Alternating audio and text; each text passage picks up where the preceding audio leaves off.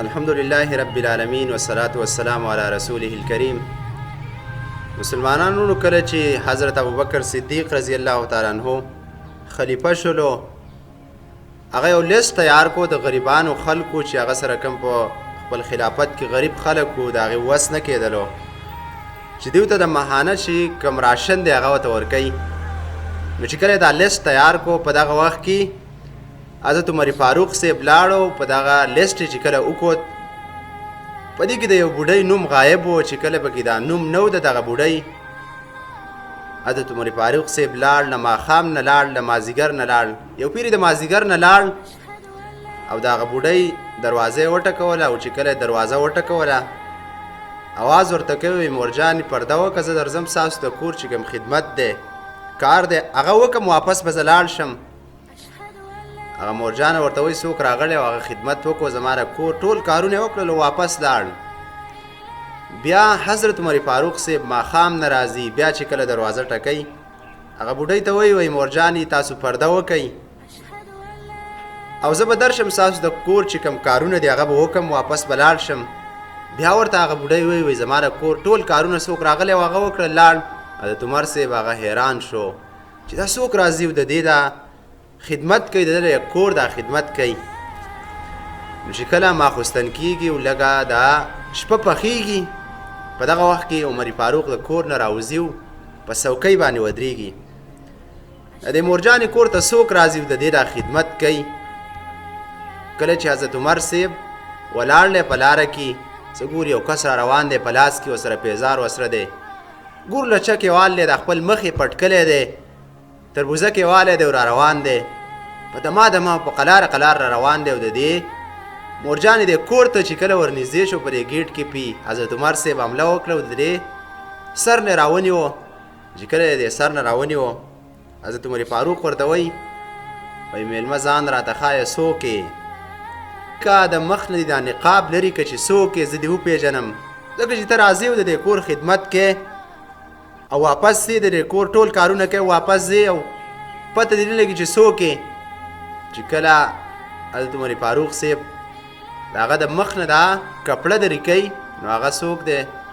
هغه حضرت ابوبکر صدیق رضی الله تعالی عنہ د مسلمانانو د هغه وخت خلیفه دی، خلیفه اول رسول الله نه بعد د مسلمانانو مشر دی. او هغه ځي د یو بوډۍ ښځې، د یو بوډۍ مور، هغې په کور کې چې کوم کارونه ټول کارونه هغه په خپله باندې کوي، په خپله ذمه باندې اخیستي دي. هغه به دا خدمت کول، هغه به د شپې تو خپل بوټان او خپل پیزار هغه به په لاره کې ایسته، په لاس کې به یې راغیستی و چې چاته پته ونه لګي چې حضرت ابوبکر روان دی او د پلاني خدمت کوي.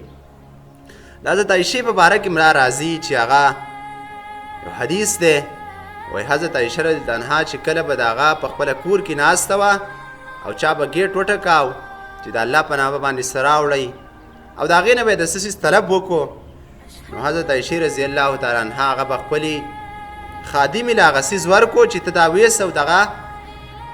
پلانکي کس له دا ورکړه. نو چې کله به یې دغه څیز راغیستی و د خادمې په دې لاره کې حضرت عایشه ورپسې را روانه وه، د هغې په قدمونو یې قدمونه ایښودل. او چې کله به د ګیټ ته راورسېدل، نو په دغه زګین کې حضرت عایشې به چې کله دا څیز د کس له ورکړو، دا کوم چې حاجت به و د چا، هغې به چې څنګه دعا وکړه، حضرت عایشه به په هغه ځای ودرېده او لاس به یې اوچت کړ الله ته، هم هغه شانتې دعا به هغه کس ته وکړله د چا دپاره به چې څه څیز ورکړی او کوم حاجتمند به چې و، د دې دپاره چې ده په ما باندې څه څیز په دې دنیا کې پاتې نه شي، د هغې احسان چې دی هغه به په دې دنیا کې ختماوه. د امام اعظم ابو حنیفه صاحب په باره کې راځي چې هغه به کله وفات شو، د دنیا له لاړ، څومره عظیم کس دی، د دین اسلام یې ډېر خدمت کړی دی، ډېر لوی خدمت یې دین اسلام کړی دی مسلمانانو ته. د هغې د وجې نه په مسایلو کې، دیني مسایلو کې، فقهي مسایلو کې ډېر زیات اسانتیا ده په حدیثو کې. وس چې کله هغه وفات شو، نو سل خاندانونه رال وایي موږ ته به امام صاحب ماهانه راشن راکا، موږ ته به امام صاحب ماهانه خرچه راکوله، زموږ کور هغه به د امام صاحب په خرچه باندې چلېدو. نن سبا که تاسو وګورئ، سوشل میډیا وګورئ، یوټیوب وګورئ، چې کومه لوی لوی سرچ انجنونه دي هغه وګورئ، نو په هغې باندې صرف او صرف تاسو ته به یو څیز په نظر باندې راځي. څوک د الله په لار کې خرچه کوي، نو هغه به خامخا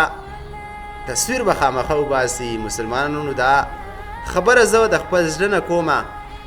چې کوم خلک دا تصویران وباسي هغوی ته هم دا ریکویسټ کوم چې خپلې صدقې تاسو ولې بربادوئ تاسو د خپل مالونه ورکړل د الله په لار کې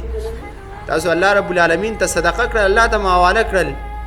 نو بیا به کې دغې ته څه ضرورت دی مونږ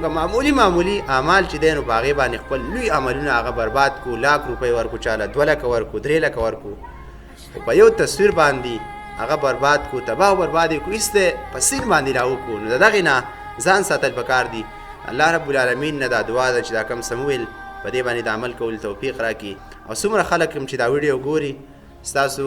په خدمت کې درخواست دی چې دا مخکې شیر کوئ ستاسو د یو شیرینګ د وجې نه څه پته لګي نو چا زندگی بدله شي د رسول الله صلی الله علیه وسلم حدیث واوري او د هغې په زندګۍ کې بدلون راشي نو دا زموږ د ستاسو لپاره صدقه جاریه ده